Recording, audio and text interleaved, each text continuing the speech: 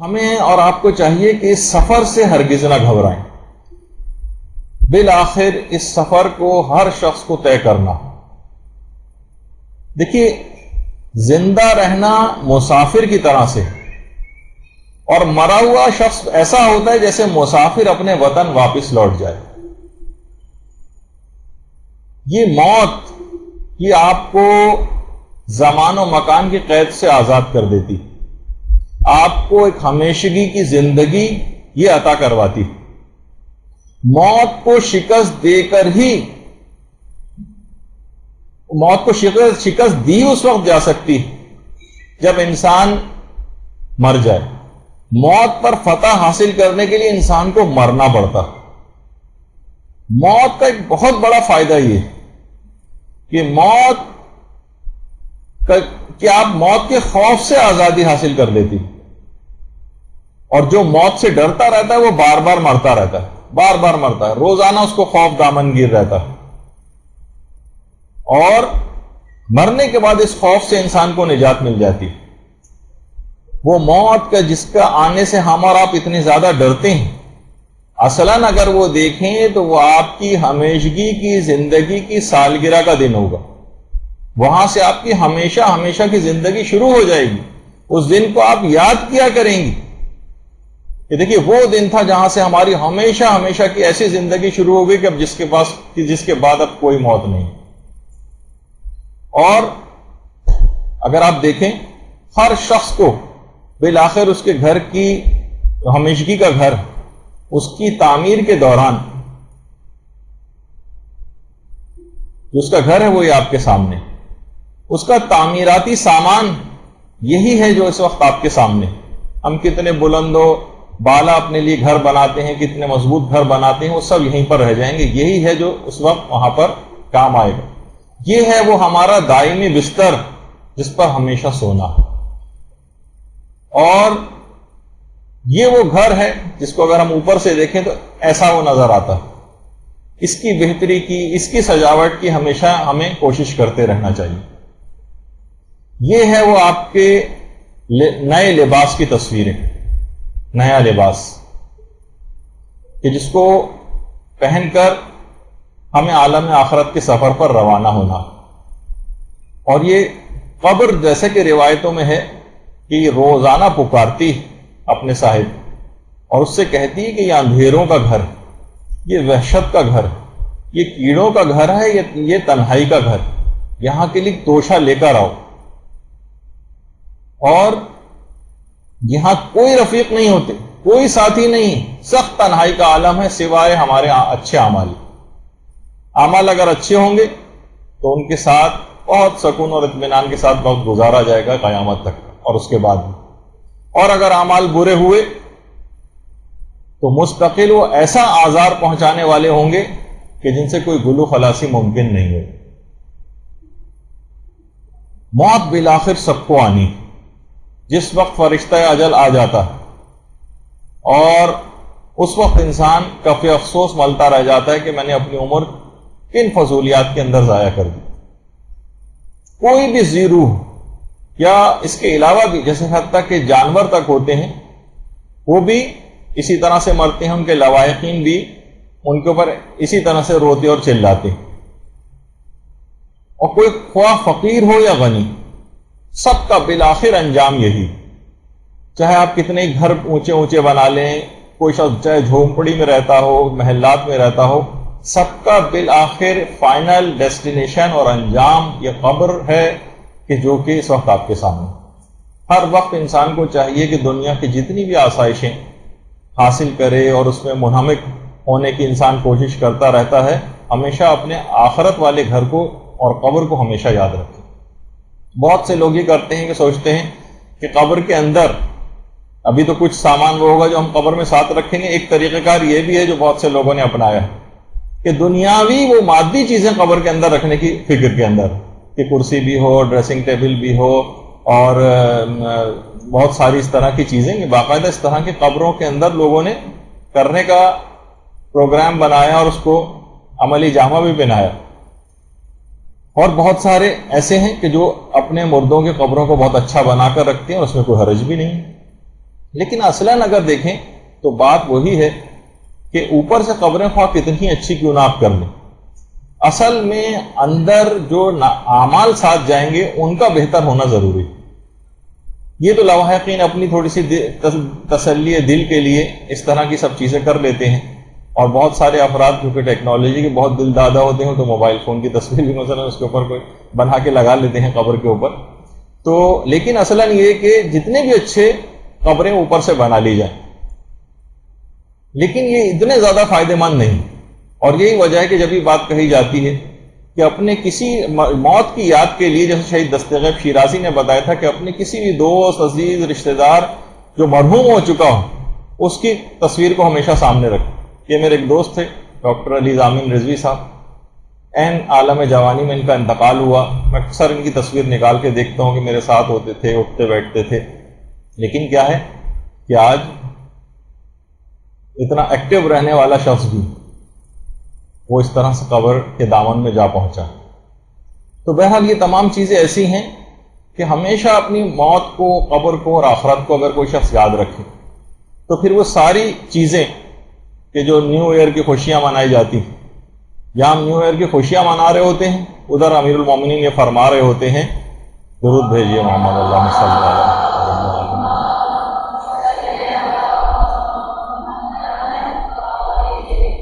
کہ کیا زندگی کی مدت ختم ہونے سے پہلے غفلت سے بیدار ہونے والا کوئی نہیں؟ کہ کب تک لہو و لعب کا شکار لوگ رہیں؟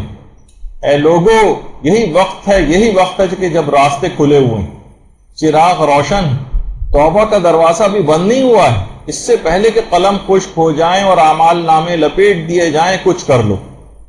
یہ بہت ایسا پیریڈ ہے جس کو غنیمت سمجھنا چاہیے، اس کو فضول ضائع ہونے سے بچانا چاہیے۔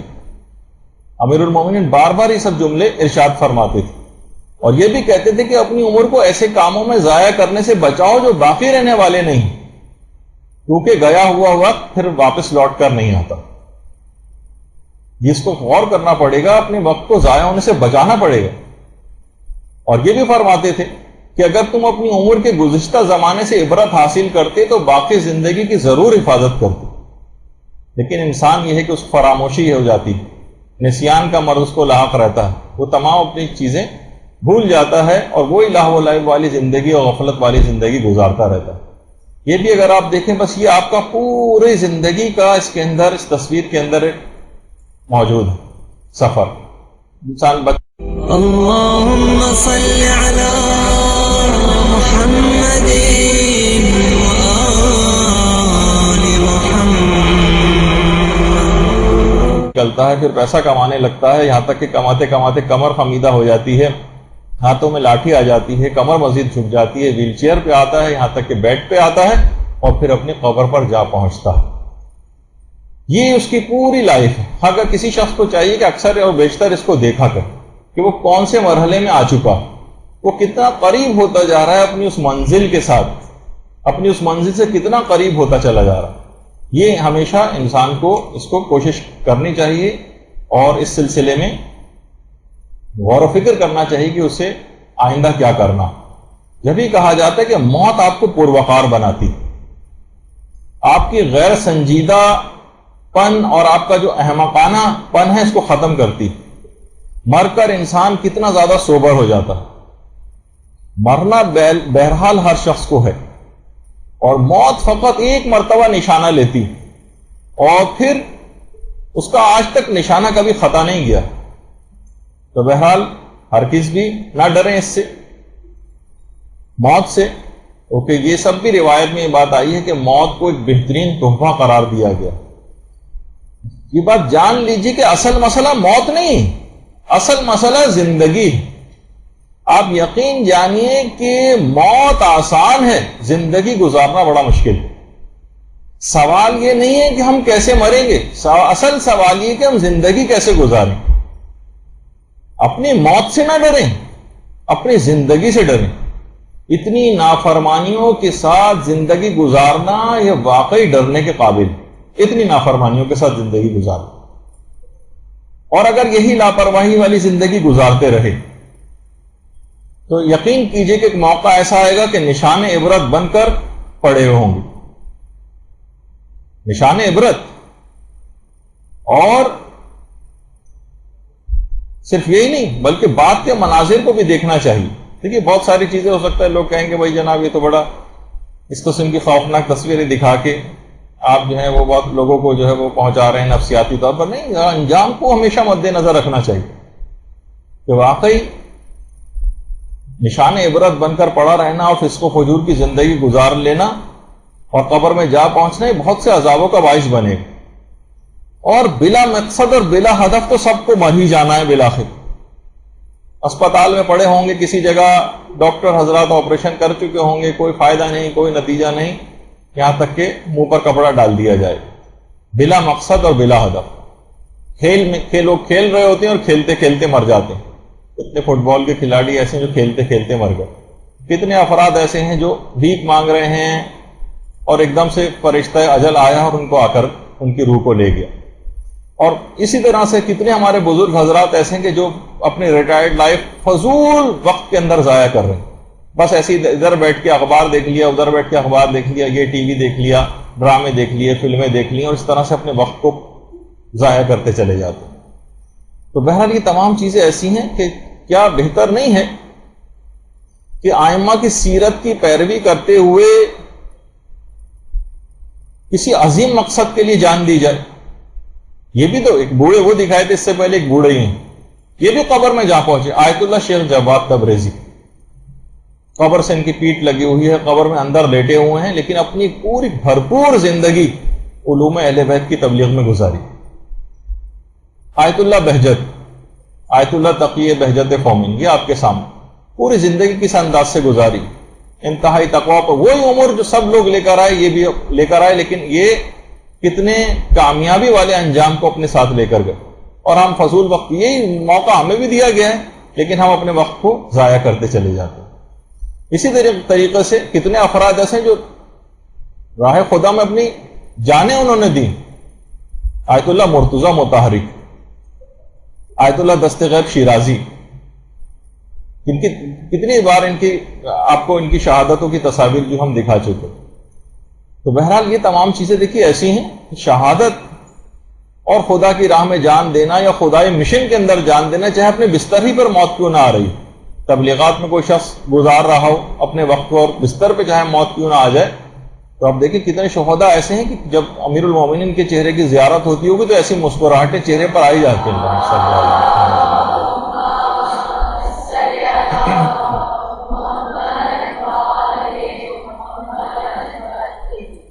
شہید برونسی، 21 سال بعد ان کا جنازہ، ان کی جب قبر کھودی گئی تو بالکل ایز اٹ از جس طریقے سے ابھی ابھی دفن کیا گیا اس طرح سے ان کی میت جو ہے وہ نکلی.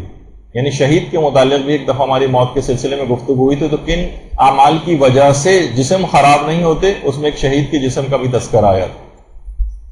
اور ان کو فدائی حضرت زہرا بھی کہا جاتا تھا، شہید برونسی.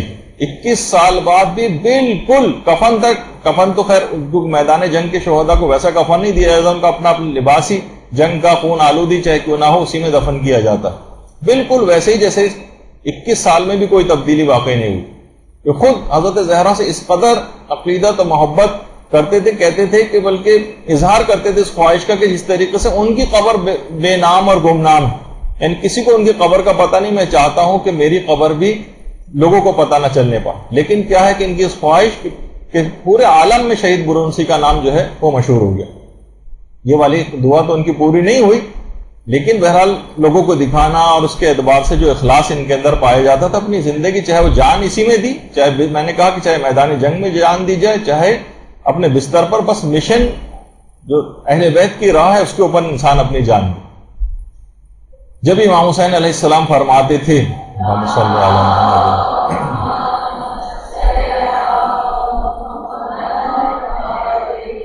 کہ جب جسم موت کے لیے بنا ہے تو اللہ کی راہ میں شہید ہونا سب سے زیادہ بہتر. اور یہی وجہ ہے کہ دیکھیے جب بھی علماء فرماتے ہیں کہ ائمہ کی جو سیرت ہے اس میں انتظار موت سیرت ائمہ ہے. باقاعدہ مناقب مرتضویہ میں ہے کہ 13 رمضان کو جمعے کے دن امیر المومنین جب خطبہ بیان فرما رہے تھے، خطبہ دے رہے تھے، تو سامعین میں امام حسن امام حسین علیہ السلام بھی تھے. تو دوران خطبہ روک کر خطبہ روک دیا امیر المومنین نے. کہا, پوچھا اے بیٹا حسن اس مہینے کو کتنے دن گزر گئے؟ امام حسن نے فرمایا کہ بابا 13 دن گزر گئے. پھر امام حسین علیہ السلام سے پوچھا کہ بیٹا اس مہینے کو ختم ہونے میں کتنے دن باقی رہ گئے؟ کہا بابا 17 دن باقی رہ گئے. بس یہ سننا تھا. امیر المومنین نے اپنے ریش مبارک پر ہاتھ پھیرا اور کہا کہ اس داڑھی کو سر کے خون سے سیراب ہونے میں تھوڑا ہی وقت باقی رہ گیا. جنگ احد کے دن جب 70 مسلمان شہید ہو گئے تھے اور مولا بہت ہی غمگین بیٹھے ہوئے تھے اور آ کر کہنے لگے یا رسول اللہ مجھے اس فیض سے کیوں محروم کیا گیا؟ دیکھیے بجائے پیغمبر اسلام کے داماد ہے, داماد اپنی موت کا تذکرہ کر رہا ہے, داماد کی موت کے ذکر کو پیغمبر اوائڈ کرتے. پیغمبر نے کیا کہا, علی میں تم کو بشارت دیتا ہوں کہ شہادت تمہارے تعاقب میں. آج تم شہید نہ ہوئے تو کیا ہوا, شہادت تو تمہارے مقدر میں لکھی جا چکی, ایسا تو ہو کر رہے گا. اے علی بتاؤ شہادت کے وقت تمہارا صبر کیسا ہوگا؟ امیر المومنین نے عرض کیا کہ یا رسول اللہ میرے لیے اس وقت صبر کا نہیں بلکہ شکر کا مقام ہوگا. درود بھیجیے محمد و آل محمد.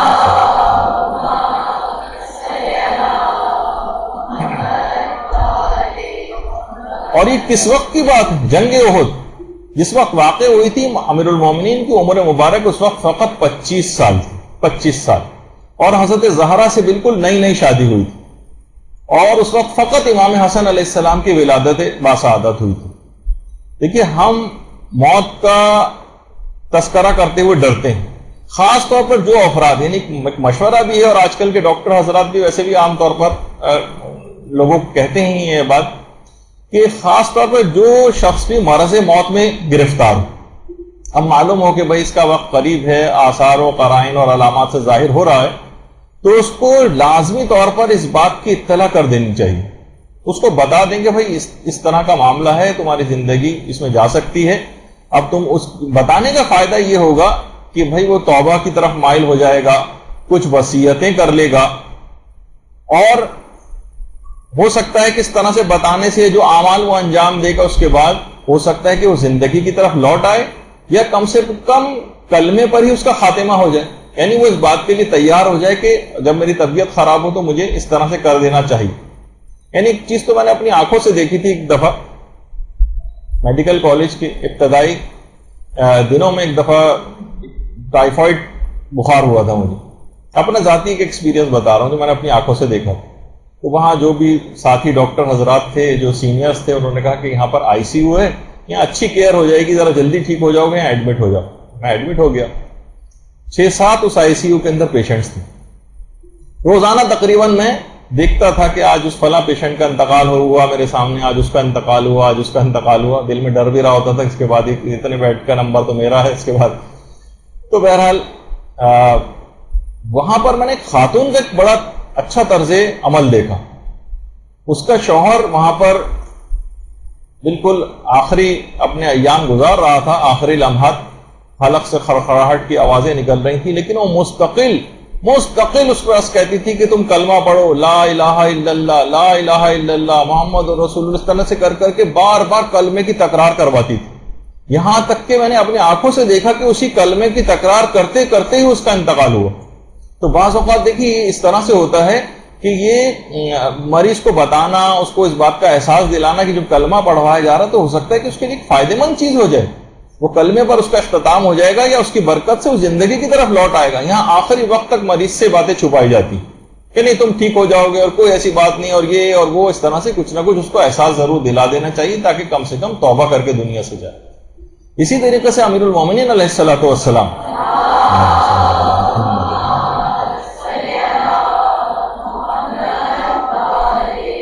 کہ جب سر پہ ضربت لگی ہے تو اس وقت کا جو طبیب تھا اسیر بن عمر, کوفے کا, اس سے زیادہ کوفے میں کوئی کوالیفائڈ طبیب اور جراح اور سرجن نہیں تھا.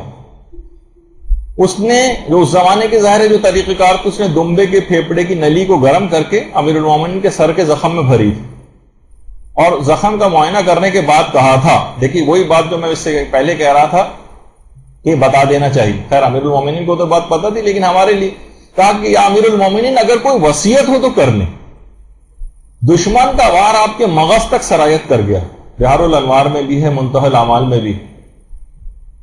تو اس نے یہ بات کہی، اور اس کے بعد امیر المومنین کوئی صحابی تھے صعصع ابن سوحان، یہ خود بھی جس وقت عیادت کے لیے آئے تھے، یہ صعصع ابن سوحان کی قبر مبارک ہے، بحرین میں ان کی قبر ہے، انتہائی فصیح و بلیغ شخص تھے، اور یہ عیادت کے لیے آئے اور ان کو پیغام انہوں نے بھجوایا اندر، اور کہنا کہ امیر المومنین سے بات کہو کہ صعصع نے پیغام بھجوایا ہے، یرحمک اللہ یا امیر المومنین حیا و میتا، امیر المومنین خدا کی رحمت آپ کی زندگی اور آپ کی موت میں بھی آپ کے شامل حال۔ دیکھیں اس وقت موت کا تذکرہ کر رہے ہیں صعصع ابن سوحان، سفینۃ البحار کی دوسری جلد کی پوری روایت، اور یعنی اس وقت بھی انہوں نے آ کر یہ ذکر کیا کہ آپ کی زندگی اور آپ کی موت دونوں میں پروردگار کی رحمت شامل حال۔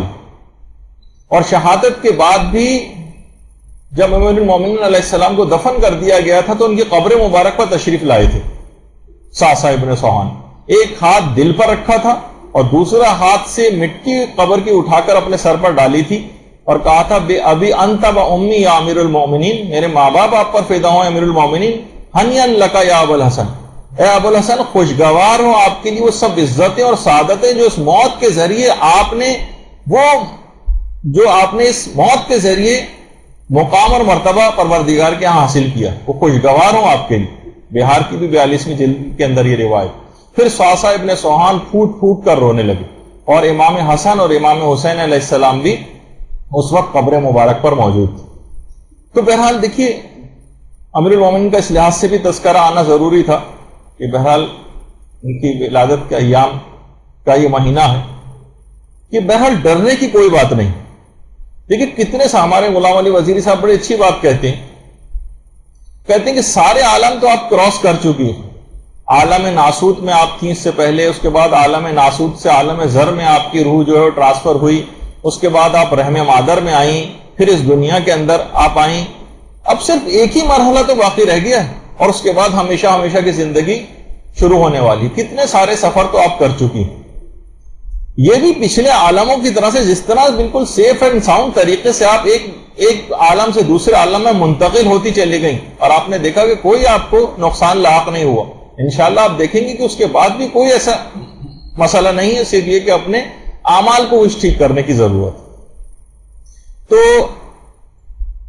ہر جگہ جہاں پر ہماری ارواح رہی یا جس جگہ بھی ہم رہیں، وہاں سے جب ہم نکلے ہیں یا ان جگہوں پر وہ تمام مہربان ہستیاں مدد کے لیے موجود رہیں، چاہے وہ عالم ناسوت ہو، عالم ذر ہو، وہاں جوار پروردگار تھا، رحم مادر میں خود ماں کتنی مہربان تھی جو ہر لحاظ سے خیال رکھ رہی تھی، پھر دنیا کے اندر آئے تو کتنی مہربان ہستیاں ماں باپ کی صورت میں اور دیگر رشتہ داروں کی صورت میں یہاں پر خیال رکھنے والی موجود ملی۔